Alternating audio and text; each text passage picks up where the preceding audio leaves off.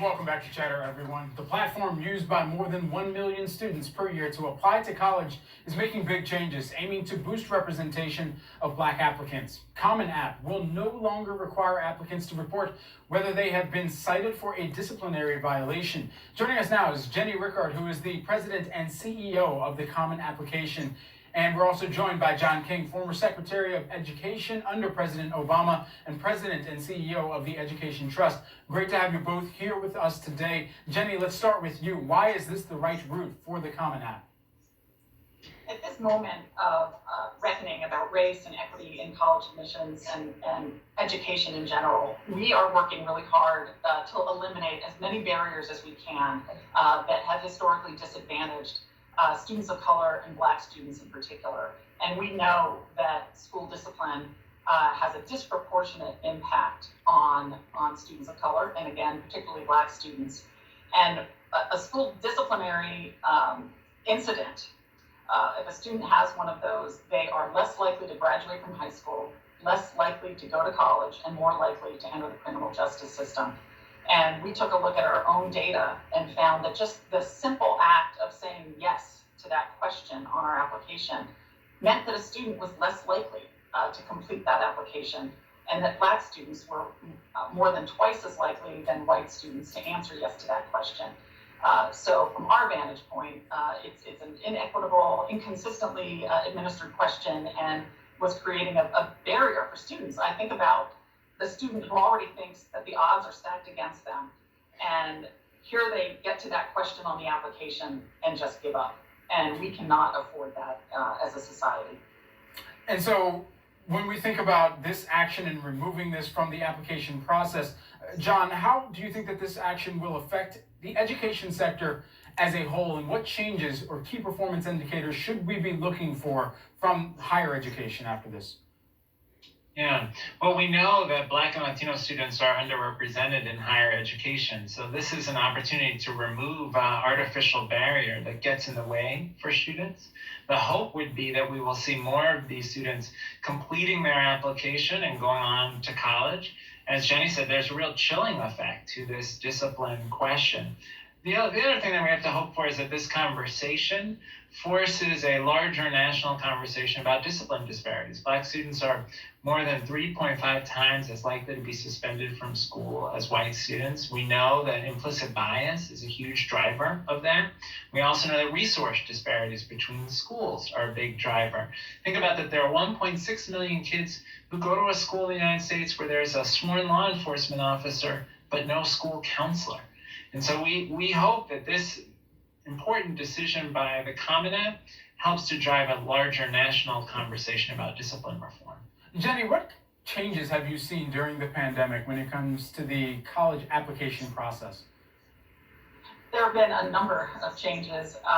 First of all, standardized testing is not as accessible for students. And 85% of our 900 members are now either test optional or not even requiring tests at all. And so that has had a significant impact. It also has impacted the ability for colleges to get the names of students to reach out. We've seen it's very early on in the application process, but we've seen for our returning members from last year, their applications are down right now, just over 3%. And we're a little concerned that right now, unique applicants, so individual applicants, are down about 2%. And in that group of students, the students who are fee waiver eligible has declined further. So that's something that we're really keeping a close eye on, to want to be able to help all the students who desire going to college to help them get through this process in this era of uncertainty.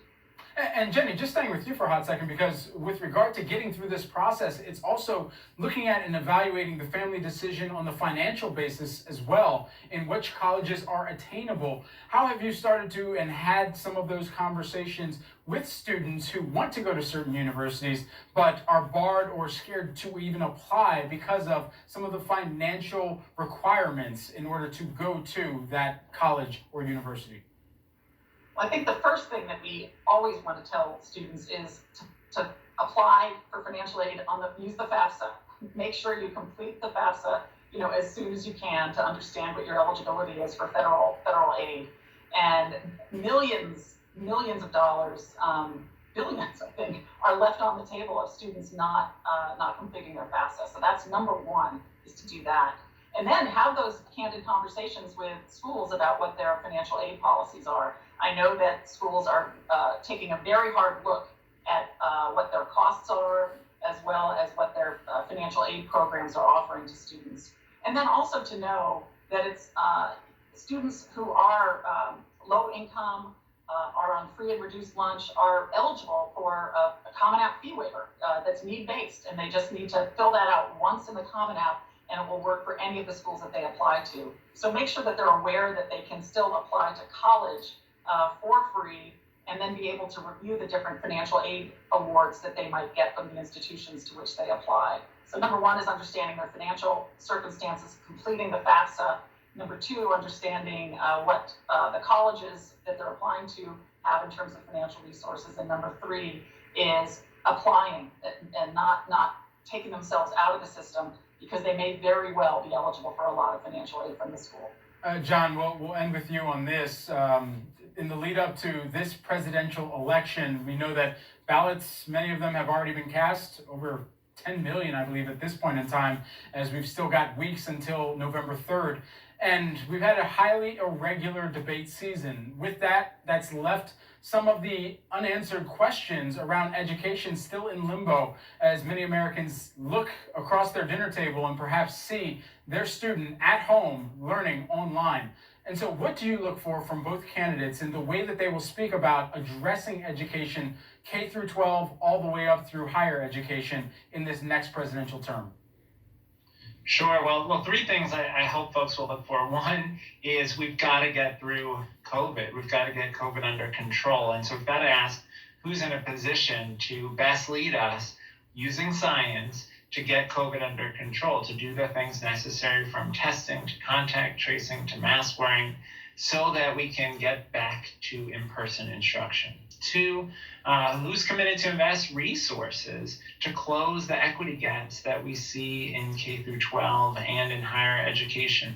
Too often, low-income students get less access to quality early childhood, less access to advanced coursework, less access to school counselors, less access to the supports they need to graduate from college. And that's not in our long-term interest as a country. We are better off if all young people have access to the full range of opportunities.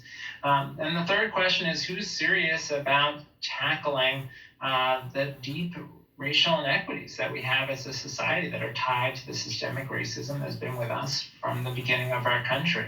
Who's going to be effective in helping us come together as a country, confront where we have fallen short, whether it's on issues of police violence or issues of the underrepresentation of Black and Latino students in selective admission colleges? Who's prepared to lead us forward towards a more equitable, more just society? Not to mention the lack of representation in teaching as well. Instruction is so core at the part of this education equation, because if you don't see people like you that are instructing and educating, then that is something that could indeed be a deterrent to pursuing higher education or looking for more edification of the mind, spirit, soul, so forth. It's great to have this conversation with both of you today. John King, former Secretary of Education under President Obama and President and CEO of the Education Trust, and Jenny Rickard, who is the education expert and President and CEO of the Common Application, joining us here today on Cheddar.